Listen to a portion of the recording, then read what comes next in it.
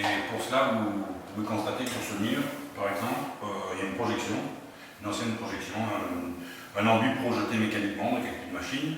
C'est des fines gouttelettes d'un enduit ou d'un plâtre. Et là, on aimerait, alors, comme j'ai fait une partie que j'ai dû lisser, et puis le parti en crépi, ça va pas faire très joli, on va essayer de le lisser complètement.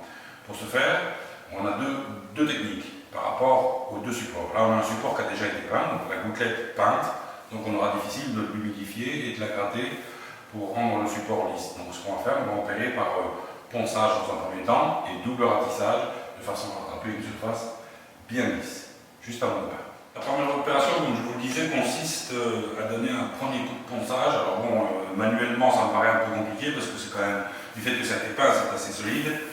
Moi je vous conseille de louer une ponceuse. Moi j'en ai une parce que j'en ai besoin dans l'activité professionnelle. Mais bon, ça se loue, c'est pas très onéreux et ça vous permet de faire beaucoup plus facilement le boulot qui est pénible.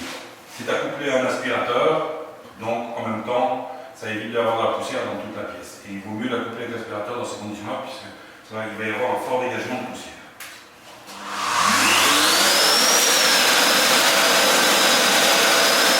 Voilà, après le ponçage, vous constaterez que vous n'avez pas enlevé la totalité de l'enduit de la gouttelette. Évidemment, c'est possible avec une ponceuse, enfin ça pourrait être possible, mais ça prendrait un temps infini. Mais ça a raboté tout le relief le plus important du crépi, de la gouttelette. Ça vous évite 1 à 2 couches de ratissage à l'enduit. Ratissage à l'enduit que nous allons maintenant exécuter pour avoir une première couche de lissage. Sachez-vous que j'ai utilisé un disque en grain 80, c'est déjà un grain assez gros pour pouvoir raboter un maximum du crépi. Voilà, nous allons passer maintenant à la phase enduisage. De la même manière que les bandes à joint, j'utilise pour faire ce genre de travail de ratissage, de lissage des murs, j'utilise le même enduit que j'utilise pour faire les bandes à joint. Pourquoi? Parce que ça coûte beaucoup moins cher qu'un enduit de peintre, qui est vendu 4 ou 5 fois le prix d'un sac de 25 kg de cet enduit qui est spécial pour les bandes à joint. Et il fait aussi bien effet, si même peut-être pas mieux quelquefois. Voilà, on va opérer la première couche d'enduit. Pour ça, on commence évidemment par le haut, donc au ras du plafond. Je vous conseille, la première couche, de la mettre dans un sens.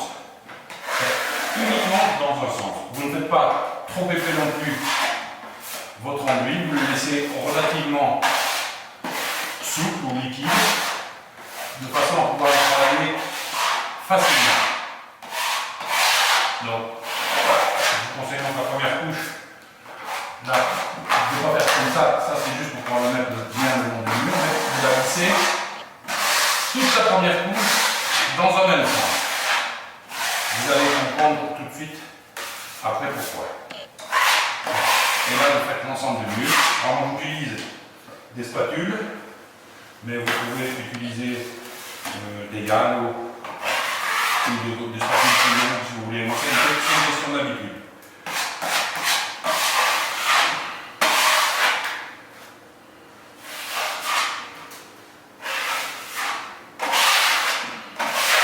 Voilà, 10 minutes après, ma première couche d'enduit est passée sur la surface du mur que je voulais lisser. Maintenant, il reste à laisser sécher au moins, on va dire, 2 bonnes heures jusqu'à ce que l'enduit blanchisse bien, devienne bien blanc.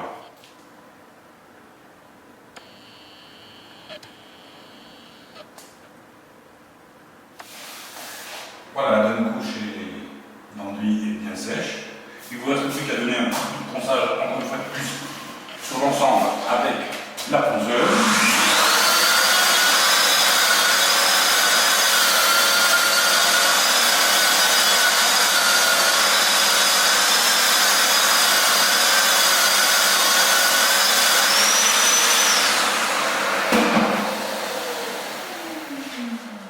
Et pour finir, pour parfaire votre œuvre, il vous faudra tout de même terminer le ponçage dans les angles avec hop là, un papier à main.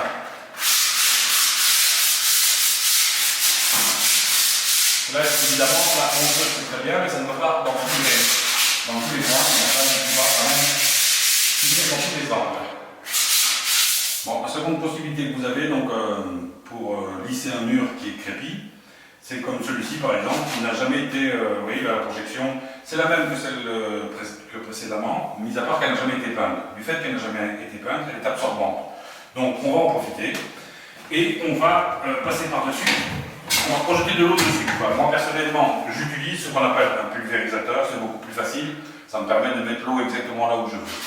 Donc il faut bien humidifier en passant plusieurs fois sur l'enduit, en mettant abondamment de l'eau. Vous pouvez utiliser aussi un rouleau ou une éponge, ou si vous n'avez pas de pulvérisateur, ça fera exactement le même effet. Par contre, il faut bien l'imprégner. Il faut passer plusieurs fois de façon à ce que l'enduit s'imprègne bien d'eau.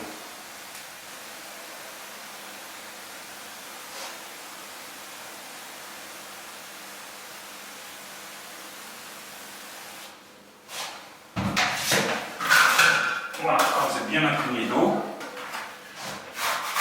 vous n'avez pas plus qu'à gratter votre enduit, et comme vous voyez, bien relativement tout seul. Faites attention de ne pas entamer le plâtre, c'est-à-dire qu'il ne faut pas attendre trop longtemps non plus que le plâtre soit imprégné d'eau. Donc vous voyez, il faut mettre de l'eau abondamment, et en 10 minutes, un quart d'heure, il faut gratter. Sinon, il peut y avoir des problèmes là aussi de planité parce que vous allez abîmer le support.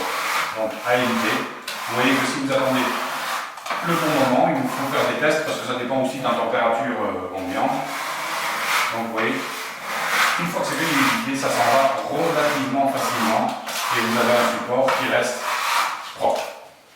Voilà, au bout d'une petite demi-heure de travail acharné, on a récupéré un mur quasiment lisse. Il ne vous reste plus qu'à mettre un petit peu d'enduit pour parfaire la planéité et un petit coup de ponçage et il sera nickel.